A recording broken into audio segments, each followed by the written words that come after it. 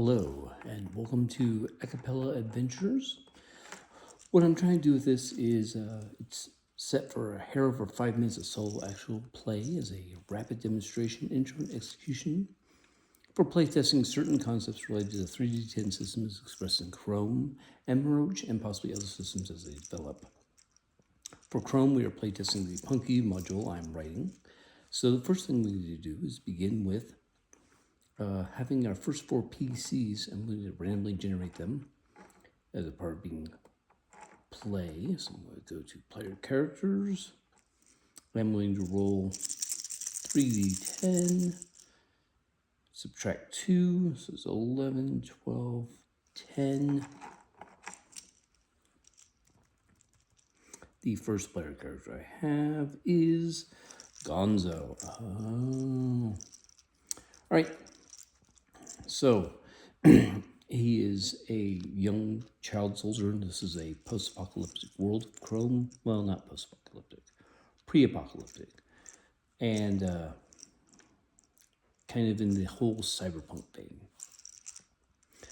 Which means that there's a possibility of there being child soldiers just like there's in the real world. I know it's unhappy for some people, and it's problematic, but we're talking about Gonzo, who's a young person who was impressed, basically press ganged into a combat social situation, and he now has taken the step of joining the Punk You game television show as a way to try and escape his really sad life he's been having so far.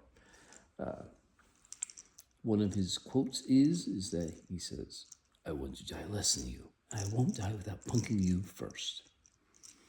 The rule he likes is that every skill should be broadly usable. For role-playing tips, he's a sad old soul who's seen too much and is perhaps tossed away by society.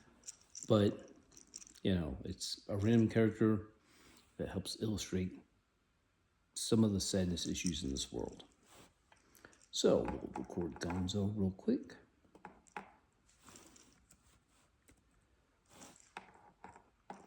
Pop back, roll again, and come up with 18, 20, come straight to 18, pop down a couple. Okay, this is Maximus. He's a smuggler. He's a really lanky guy, almost ridiculous appearing, and bearing a classic rum nose and slightly tan skin, dark hair, dark eyes that one typically associates with a slightly Mediterranean cast to his features. He prefers to dress like a beatnik, speaking with a fake California accent. So, dude, a Maximus would be a good way to think of him. His quote is, "I'm a coat hanger that will unwind myself and punk you full of holes."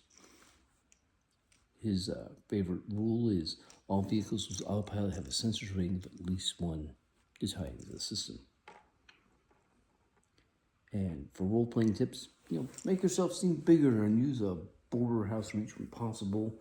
Spend time working on a project with an armored baby buggy for mobile offense defense is one of his concepts. And so we'll record Maximus. So far it's sort of a young, very combat-heavy group, which sort of does make sense. Next up, let's see what the dice say. And it says, let's see, 9 plus 5, 14. Pop back up a couple. Let's see. 13, 14. Oh, Kendoll. This is a corporate guy. Appearance like showing off his oiled surfer boy good looks with a cleft in his chin and dishwasher curly blonde hair. Quotes and rules is his favorite punk you quote is, "Excuse me for punking you." Another one is pro corpo, me corpo.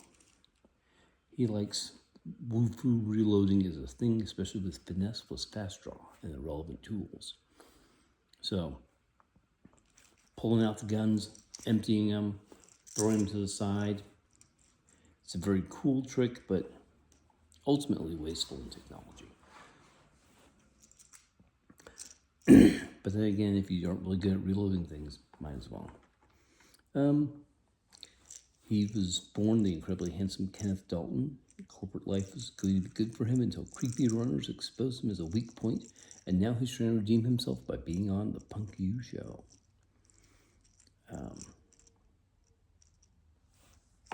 He's a particularly plastic corpo, and if people really get underneath his skin, he's going to pursue other characters. So, what's up next? I need to record that.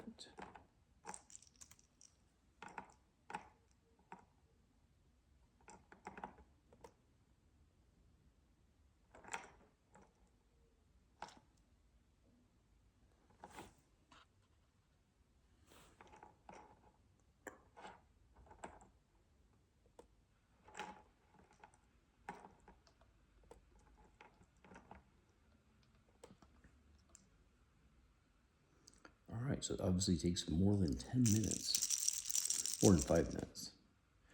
472, so that's 11, just to get our characters introduced. All right, we've got Grant Nightshade. Oh. He smells like warm linen and has cold hands. His quote is, "They granted me a way to punk you." And exit, stage left, especially when he's leaving. Favorite rule is failing to successfully cast a spell costs stun equals a regular spell or psychic ability. Grant is a psychic. That's his main ability. So we'll add him to the list. We got Kendoll.